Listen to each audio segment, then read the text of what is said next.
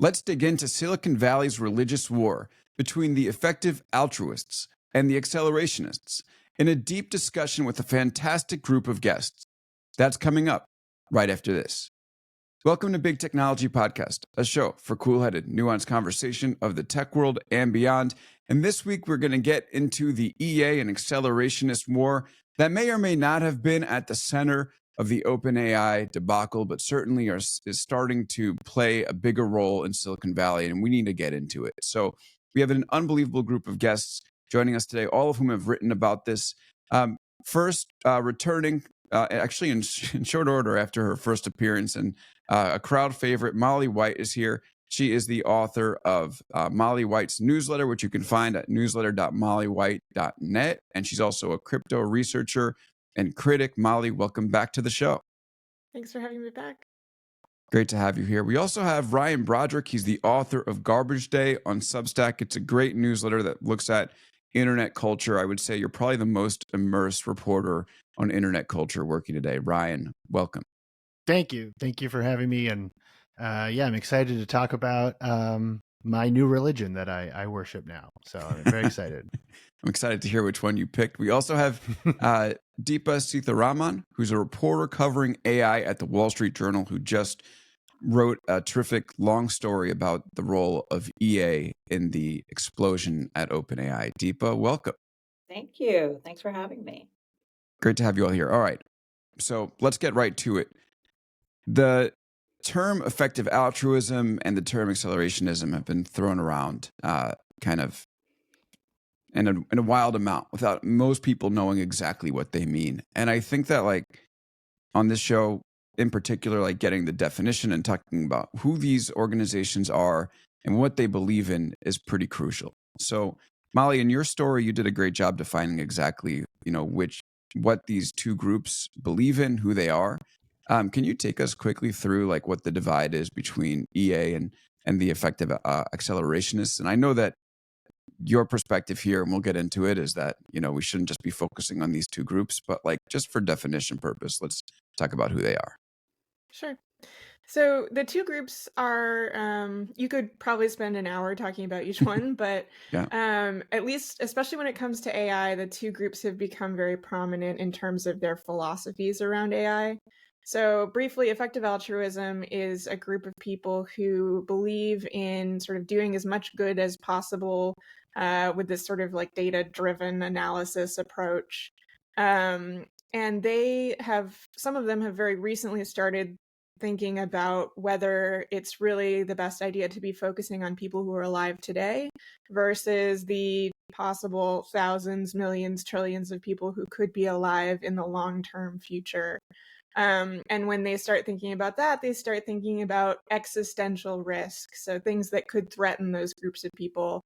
And one thing that they have been focusing on a lot lately is this idea of artificial intelligence as an existential risk, and the idea that if you were to create a super intelligent artificial general intelligence, it could pose, it could kill all humans. It could pose this enormous risk to people. And so that's part of the effective altruist concern, and why they have largely adopted this idea that although they think we should be developing artificial intelligence, we should be doing so in a slower, more methodical way that tries to account for these risks and tries to create an AI that is aligned with humanity, for whatever that means. The effective accelerationists, on the other hand, believe that we should just go all out, no breaks, develop as quickly as we can without any real regard for the risks, and that it will all just sort of work itself out because of some philosophy that they sort of root in the thermodynamic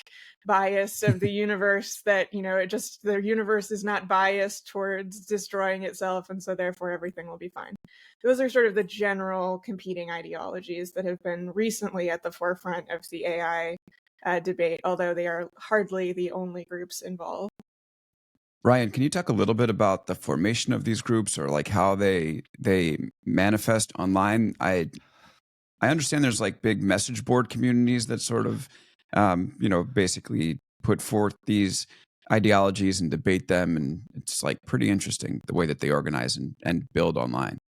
Yeah, Tried very hard not to have to explain any of this for many years now, because it's just so tedious and embarrassing for everyone involved. Sorry, here we go. Yeah, but basically at the middle 2000s, there was the rise of a very kind of niche but influential message board and blog called Less Wrong. And Less Wrong is kind of like the thinking man's 4chan, I guess, with like a real preoccupation with the emergence of AI. The possibly apocryphal story about Less Wrong that I think is very funny and I try to spread as much as possible is that they became obsessed with the idea of an AI arising in the future that would kill anyone that didn't help it to be born, and sort of created this like version of cyber hell that they became obsessed with and had to ban discussion of it from the board for a while. Good like message board drama stuff. I highly recommend going back and checking out some of the conversations. But it was the birthplace for several sort of digital philosophies, online philosophies. So the big one is obviously effective altruism, but it was also the birthplace of the very beginnings of neo-reactionism, which was sort of the initial philosophy that Steve Bannon subscribed to. A lot of kind of like techno-feudal thought was born on Less Wrong, this idea of using automation to replace democracy, replace countries, turn them into machine-operated city-states. And you'll see kind of sly references to this idea still kicking around Silicon Valley because it's like a very seductive idea. Effective accelerationism didn't so much start on Less Wrong. It's sort of like this. I sort of think compare it to the idea that you had the alt-right who then became embarrassing to Gen Z, who then created the Groypers. And effective accelerationism is sort of the same idea, which is that the effective altruists, the Less Wrong guys, they're like doomer boomer cringe dudes. So we got to create like this new idea to galvanize younger people around. And so that's sort of how I kind of view the breakdown. But if you wanted a really good example of... It's more than just a different iteration of the same ideology, right? Like you have one, especially regarding AI, you have one that's very much into slowing down AI progress, worried about that risk. And then you have another group that's like, no, put the gas pedal on as hard as you can. Or am I not seeing it right?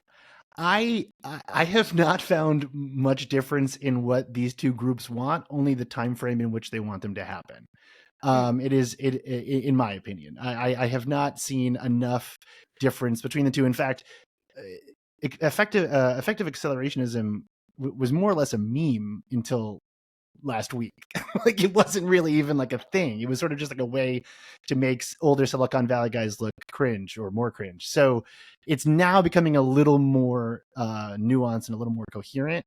But it mirrors almost exactly kind of like the splintering of the far right post-Trump, like but for AI essentially. Yeah, but you had, I mean, it is like you had Mark Andreessen, right? You know, effectively, whether someone labeled him as this effective accelerationist or not, sort of carrying the banner of this group, and actually what he's saying is holding weight within Silicon Valley. Don't stop and basically continue to build as fast as you can, right? And don't worry about regulation or safety or anything like that. So that is a divide, though. It is. It is definitely a divide. I'm curious if Mark Anderson is sort of thinking this through in a philosophical sense, or if he's just sort of like latching onto it because it's exciting. Well, yeah, Deepa. I mean, I was just going to say, I mean, isn't Mark, when he did his Tech Optimist manifesto, when was that? A couple months ago? October. Didn't he say that any type of deceleration of AI would cost lives? And so if you're slowing down AI development, you're basically a murderer? Yeah, Right. he did. Hang on. He did say that. He did, yeah. I have? Yeah. Well, I mean, like, there's also this, it's a real belief in, like, effective altruists definitely think that, AGI or AI is going to usher in this new, potentially golden era. And so do the effective accelerationists. So I do agree that it's a difference in time scale, but where like they are like, well, we need to get everything perfect and right. However, we define right and perfect first. The accelerationists are like now, and there's a moral imperative to go now. So Deepa, can you talk about how this like practically split within the boardrooms and the executive offices within some of like the bigger tech companies, especially OpenAI, but also, this has played out with Anthropic as well, which is effectively a split away from OpenAI. So talk about how we actually manifested these ideologies in different companies and paces of innovation. I think it's really interesting. It basically is it's a force that shapes everything. Either you are pro EA or you're anti EA or you're mixed on EA, but no one I've met has been neutral on EA or like they don't think about it that much, right? Like it's a force whether you like it or not. And I think the way that it sort of has coursed through these companies is pretty interesting. I mean, OpenAI had a lot of EA aligned researchers and founders at its very beginning, and a lot of the early employees. So Dario Amodei, who's now the CEO of Anthropic, was running research at OpenAI for a long time, and he is very EA aligned. For this story, we asked all the companies, by the way, if they agreed with characterization of them as EA or not. And all of the companies told us they are not EA aligned. Well, sure, they're not going to say they are now. I mean, goodness so gracious. Just a little data point. But, the way they're perceived is definitely EA, right? And so you have at OpenAI kind of two different cultures forming. One that is more EA adjacent. So this is like worrying about existential risk, worrying about, an era where humans are treated by machines the way humans currently treat animals, which is something that Ilya Sutskever has said internally to various employees. And then you also have this like very practical side. These are a lot of people that came from Facebook, actually, that are trust and safety type alums that think about, technology at scale can do really crazy things. Let's try to figure out how those principles might apply to generative AI. And those two cultures theoretically don't need to be in conflict, but are at times, especially with the resource disparity. So if you look at OpenAI, they had and have this team that is dedicated to super alignment, which is how do we align super intelligent AI systems that, as far as I know, don't really exist yet. And what should the alignment look like? And one of the projects that we reported on was they were trying to create an AI scientist. So this is like not like a human scientist, like an AI scientist that would study alignment. And they have all that really interesting work going. Ilya Sutskever is like part of that team. So it has a lot of internal cachet. It's, interesting. And then they have these more, I don't know, like hand-to-hand combat kind of trust and safety folks that are working on things like the next election, right? And so OpenAI a couple months ago just hired somebody on their policy team focused on the 2024 election. So it's like on two tracks, right? Like we have the super alignment team that is building these systems, safety systems for systems that don't exist yet based on values that they haven't defined. But then we're also planning for, we just hire one person so far for the election, which is an election a lot of us have been calling the AI election for a while because we're worried, the impact that AI could have on that time. So a lot of the people and sources we talked to saw that resource disparity as not necessary, right? Like, why can't we do both was a question that I heard a lot, but also reflective of EA style principles that even if people at the company don't think they're EA, they're influenced by EA such that the long-term stuff gets more resources than the short-term stuff.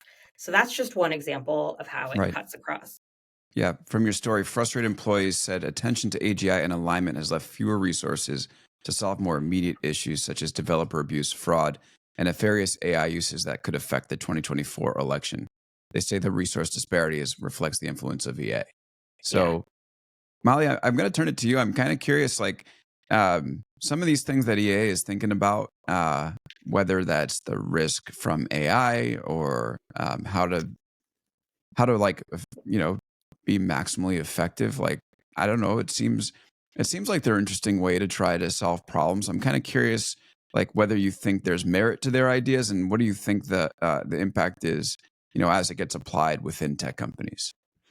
Yeah, so the thing about effective altruism is on the surface, it seems very reasonable. The idea is that you Yeah. should, most people are altruistic to some degree, and you want your altruism to be effective. Like that is hard to argue with. But you end up sort of in this rabbit hole around trying to define exactly what effective means.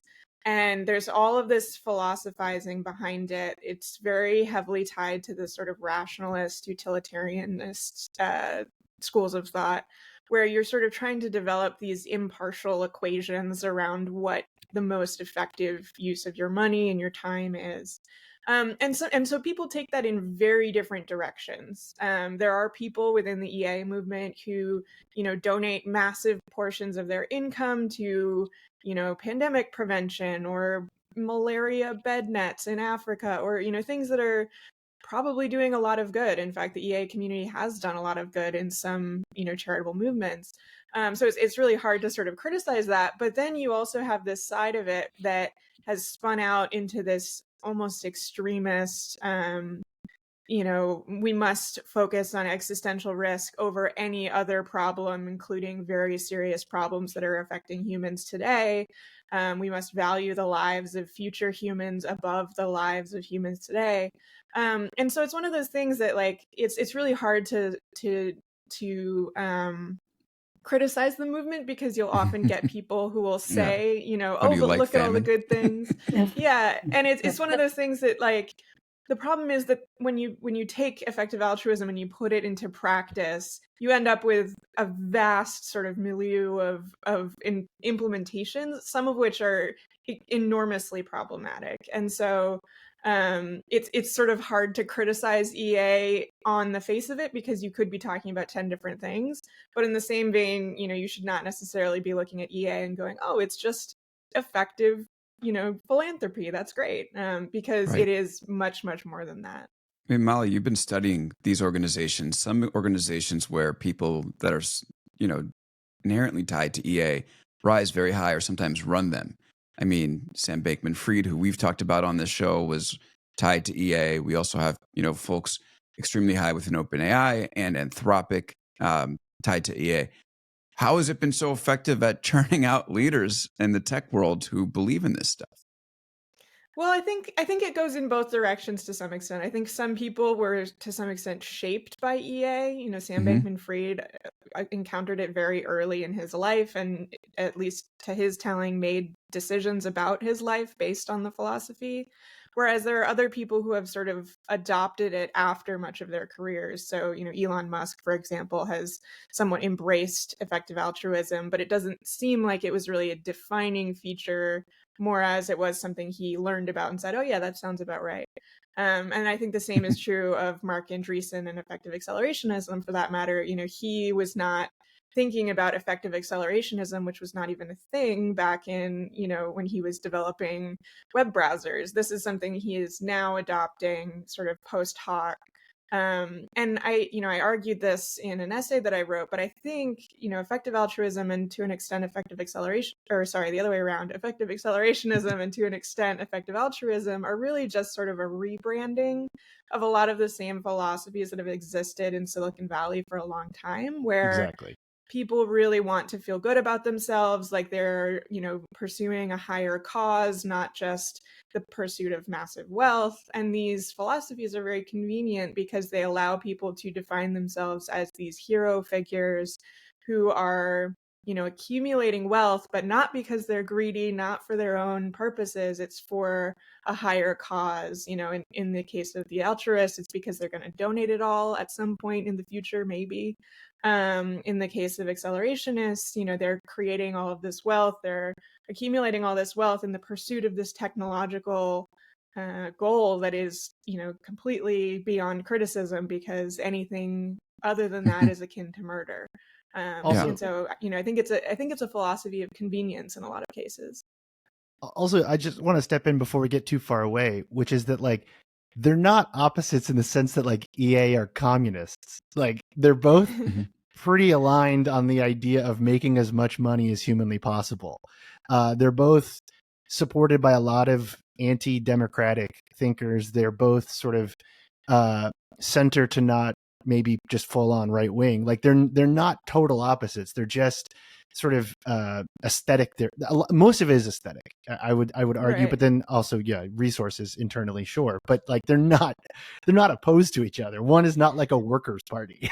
Right, like right. EA. And I would add something that I Yeah. wrote about, which is that, I think recently we've been seeing this framing of the AI debate as being between the effective altruists and the effective accelerationists, as though those are the two sides of the debate, when in reality that is a very small portion, and it's a very extreme and very loud portion of the debate. But there is sort of this vast history of people who have been studying artificial intelligence, machine learning, ethics, all these different things for decades, who are like, hello, like we have a lot to say here. We are not the shiny mimi effective accelerationists, but we have been thinking about this. Right. Let's bring in Deepa here, because the headline of your piece did paint a different picture. Yeah, well, I think it's not necessary. I think effective altruism is so polarizing that it does split the industry. I think one group that has also served as a foil for the EA people are what's called the AI ethics group. So these are the people that think we should probably focus on current problems, things like bias and misinformation and all kinds of things. Those are the people that are actually getting squeezed at OpenAI, right? Like that's a lot of the trust and safety folks that I spoke to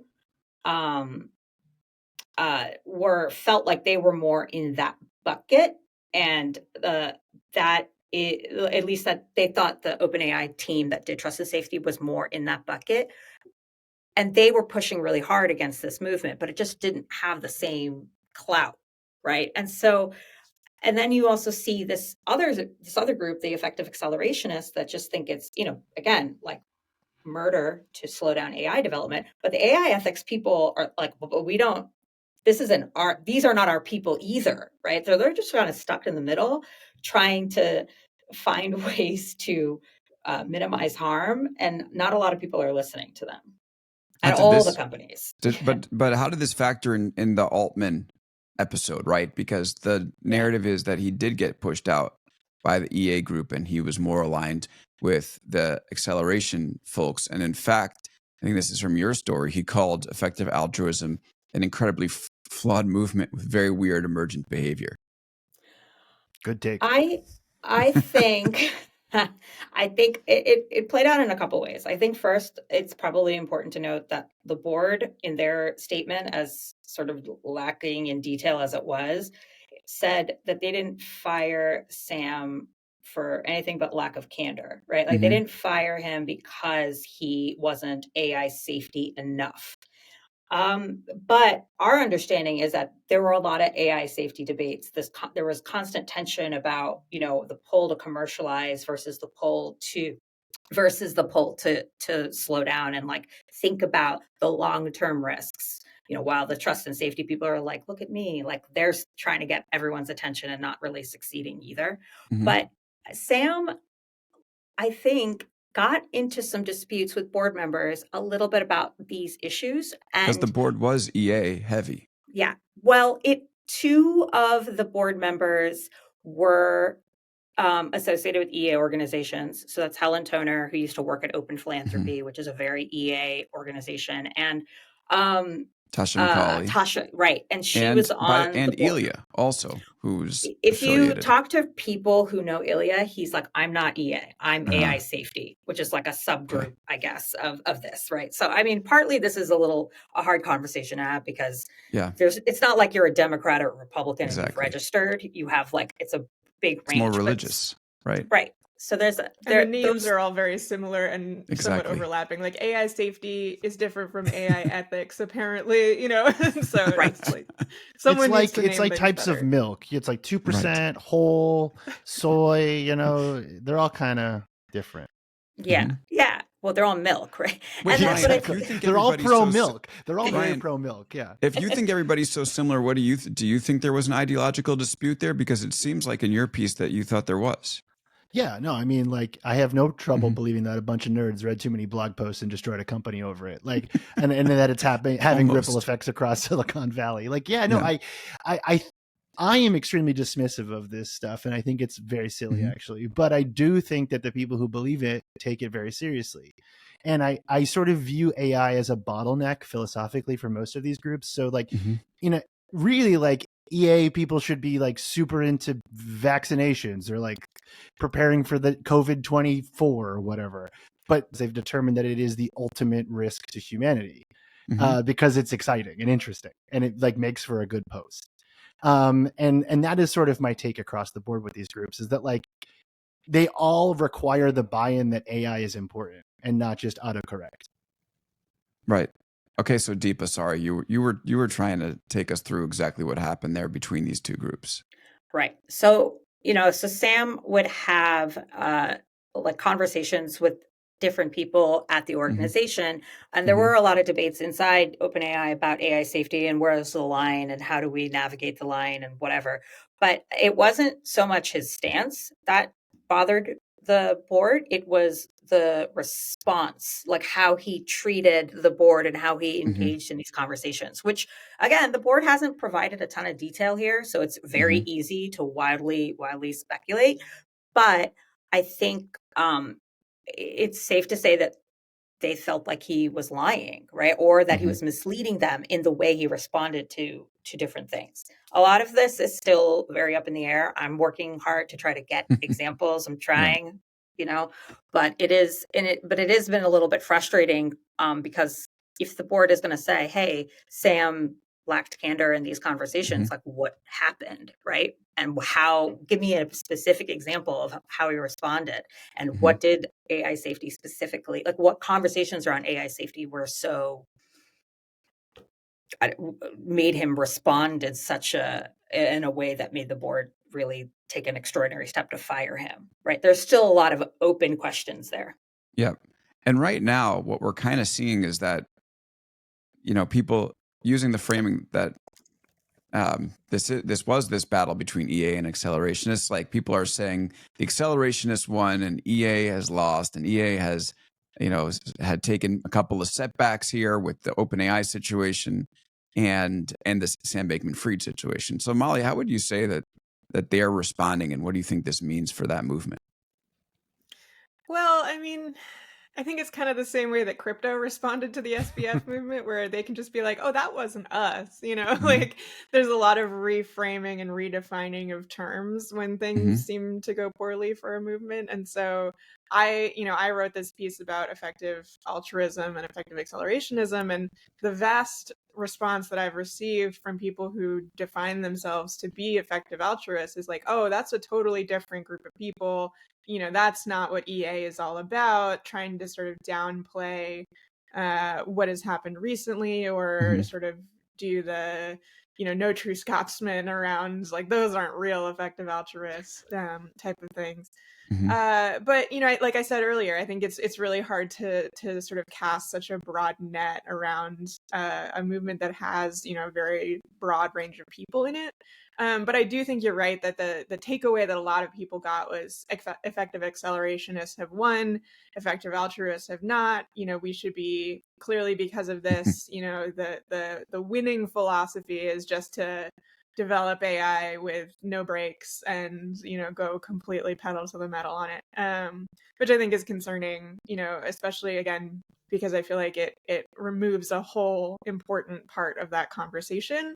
Not only are there more people than effective altruists and effective accelerationists at OpenAI having these conversations, there's a lot more in AI than OpenAI.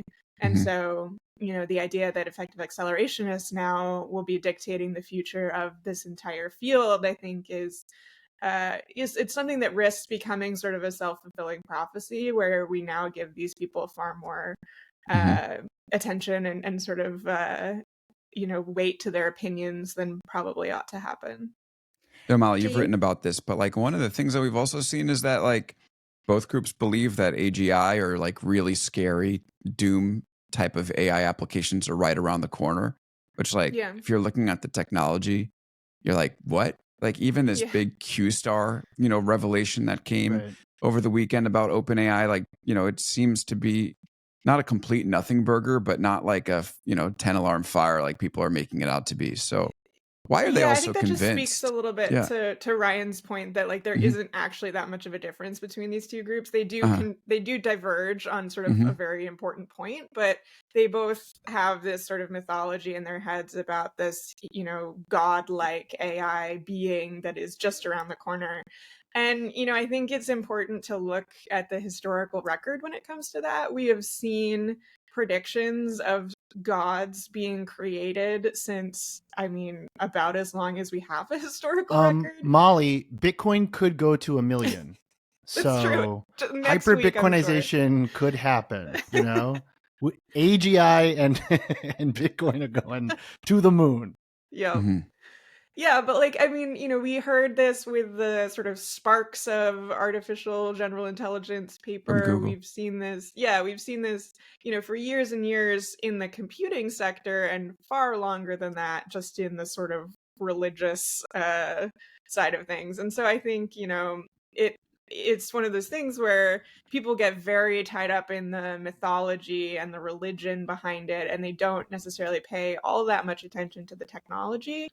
And people begin to really change their own definitions of what artificial general intelligence means, what sentience means, what humanity means, in order to make these things seem more plausible or more true than they really are. I also don't think it's an accident that we're hearing about all of this stuff right as every major company has rolled out an AI widget for their service, and it's sort of been a flop. Like we're in like an extremely low, like kind of boring moment for AI in between releases. The hype is sort of dying down, as it does every time we get a new version of these tools. Mhm. And now all of a sudden there's like two competing like doomsday cults around this idea. Like that doesn't seem like totally an accident to me. Yeah, Deepa, Yeah. like from a practical level, like how is this playing out, in corporate boards and within AI companies? Is it going to continue to spiral? One thing that I've now heard from a few different people is that the reports about a letter being sent to the board about Mhm. QStar, that's not true, and that Oh, it didn't precipitate the board's okay. decision. Okay. I mean, part of the thing, like there's a vacuum of information about what actually propelled the board to do whatever it did. Mhm. So part of what we're describing is the debate and speculation that's happening in its absence. Right, but So more like, broadly in Silicon Valley, like how is this going to evolve how is within AI going companies? to involve? No, the EA versus Yeah. accelerationist debate. I was talking to somebody about this last week who said that they felt that the OpenAI saga and all the speculation about EA was more damaging for EA than Sam Bankman-Fried, because with SBF, you can look at him and be like, that's one guy. And this is like a movement. This is like a lot of people acting in unison, apparently irrationally, right? Like that is the attitude, and that's the vibe right now. And I think there's a lot of truth to that. I think that, EA people already are viewed as a really insular, really kind of clubby organization, that they only ever cite EA papers written by other EA people, and they only ever want to work with EA people. This isn't obviously everybody. This is the stereotype, but that I wonder if the double hit to their integrity and their image is going to force like a further contraction, or where they just sort of like go deeper. But the reality is also that over the last year, this movement has had a lot of influence, not just on a practical level, like on the ground at AI companies, even though that's significant. Like we haven't talked about hiring yet. And a lot of EA organizations start on student campuses. And that's the pipeline. Like if you want to hire an AI and like researcher at this point, you're going to hire from a serious university like Berkeley or Stanford or Oxford. And a lot of them are in this movement. So there's a gigantic overlap. So you're probably going to hire a bunch of EA people, and you're going to have to make them happy because they could leave at any time, right? There's huge competition for people who can actually build these systems. So there's that. But then, so they'll still have a lot of pull just from the hiring perspective. They'll also have a lot of pull on a policy side. I mean, if you look at some of the comments from the EU about AI risks, they talk about existential risk, like Rishi Sunak's entire AI safety summit. A lot of the speakers were EA aligned or EA. The White House, even like definitely, Dario Amodei and like other people who are broadly viewed as EA people, they went to the White House and talked about their views. Like they have a seat in the room. So I don't think it's just going to like go away at all, because they've already been there and they're very serious, and they keep, they're in the room. They continue to hold some kind of influence. Right. I got to ask you what's going to happen to Anthropic. I mean, Anthropic was seen as this like counterweight to OpenAI, but run by, a lot of, I mean, I know they're like quote unquote not associated with EA, but they have big EA influence there. They left OpenAI because of safety. You have Amazon that just invested $1.25 billion in that company. Google also invested more than $1 billion. Are we going to see the same stuff happen in Anthropic as we did within OpenAI? I mean, what's the future of that company now? Because it's even more closely tied to this movement. Yeah. Well, it's also, as I understand it, a little bit more homogenous. Like there are a lot more EA people there, right? And there's a culture fit test, like when you get hired, where you're asked that as far as I understand, I don't have like the questions in front of me, but a lot of the questions they're basically trying to test whether or not you'd be EA enough to be at Anthropic. That's how it's been described to me. Good Lord. And they have a philosopher on staff who really, everybody does that, right? But it's Amanda Askell, so she's the former wife, I think, or of Will MacAskill, who is the founder of EA. So there's like a big tight connection there. But will they be split up by it? Probably not, just because they are all coming from the starting point that EA is good. It's just maybe the execution is a problem, or we are misunderstood and it's a public issue. Some of the stuff kind of reminds me a little of like what it was like covering Facebook, if you remember, Alex. Like there are a lot of people internally at Facebook that were like, well, no, Facebook's really good. We just need to get better at managing the bad stuff and like making sure people can see how good we are. There's definitely that population inside the company, and it gives me the same echo. Right. So it seems like we're largely EA skeptical in this conversation. I first of all, if someone has a counterpoint they want to make, my email is alex@bigtechnology.com. So hit me up there. I'm happy to listen to it. Maybe we can bring you on. But also, like, I'm curious just from the group here, like, what would someone who's steeped in EA or effective accelerationism say as like is there any like rebuttal to some of these points that we're making that we should be considering? I could think of like 100, but yeah. I mean,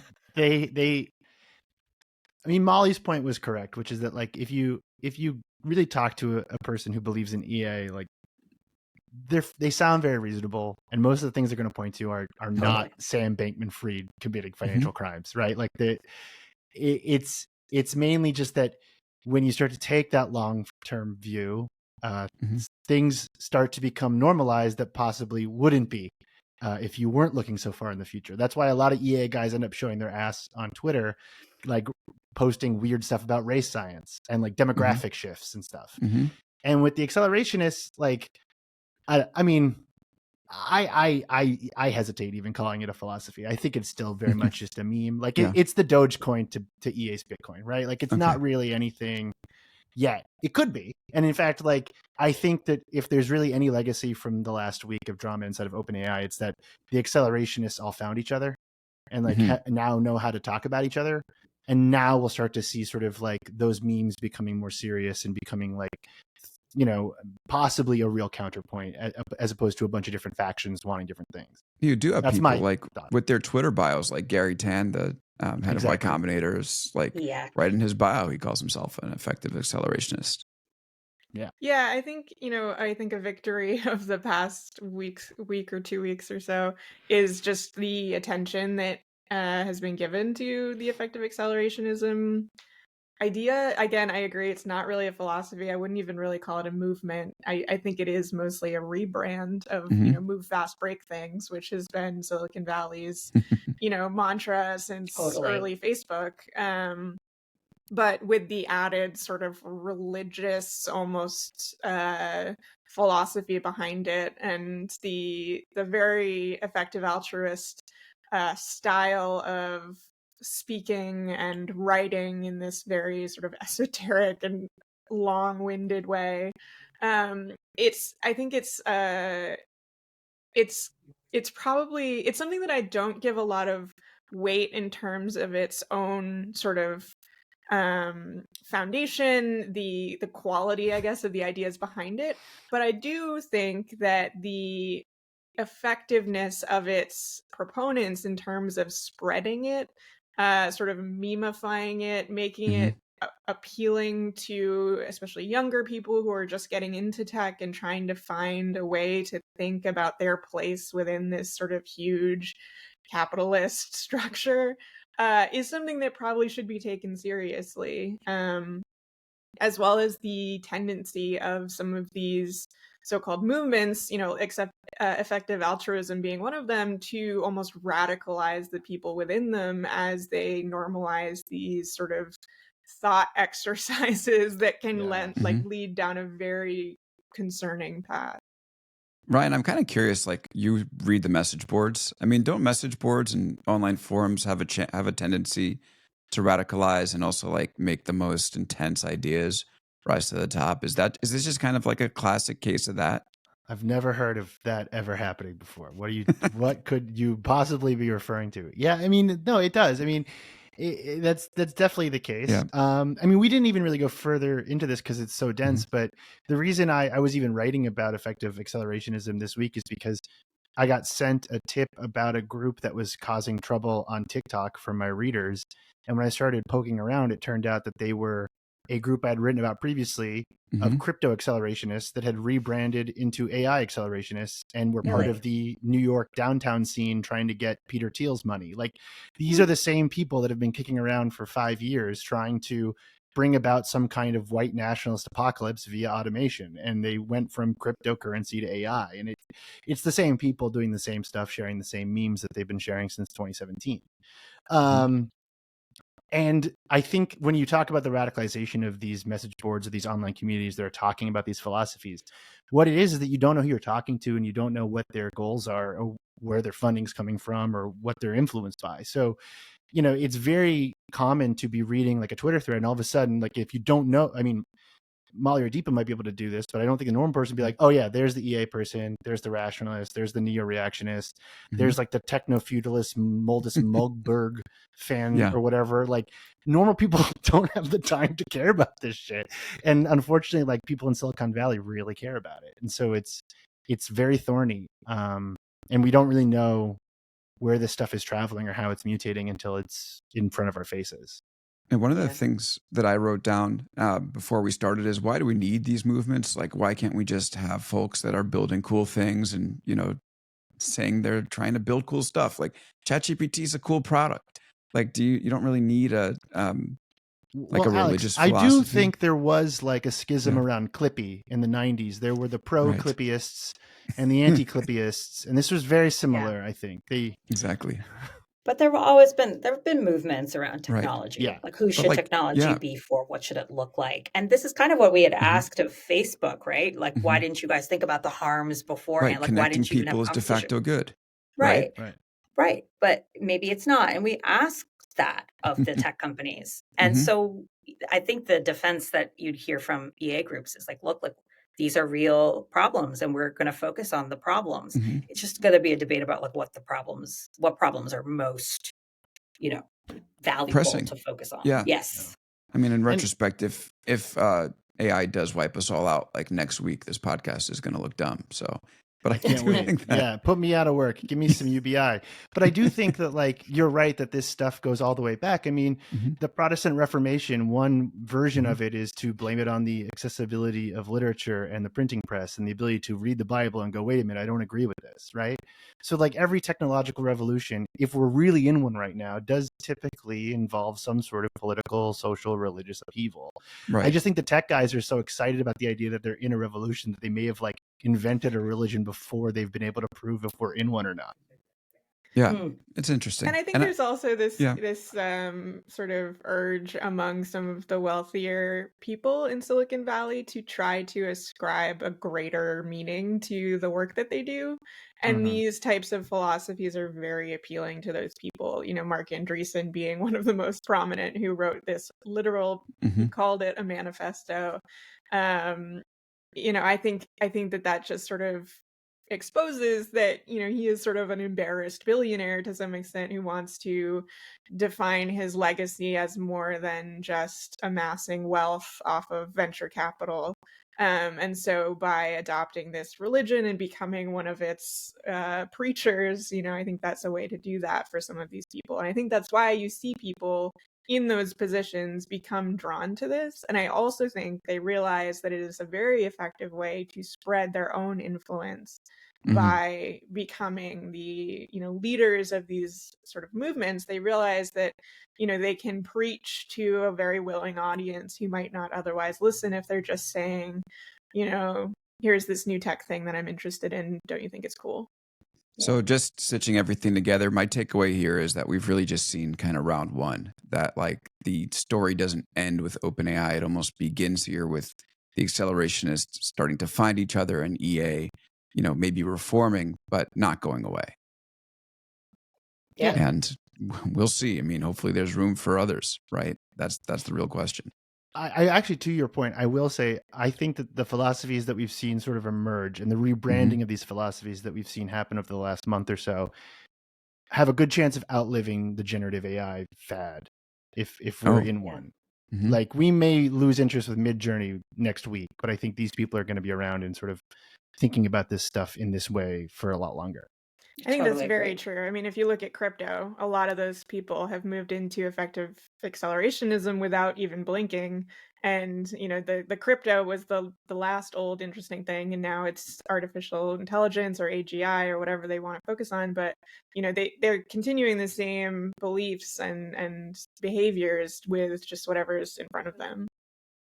Great. All right. So let's round this one out. I just want to give everybody who's listening a chance to find our great guests online. So Molly White, it's called Citation Needed now. Okay. I remember you rebranded it. Newsletter.mollywhite.net.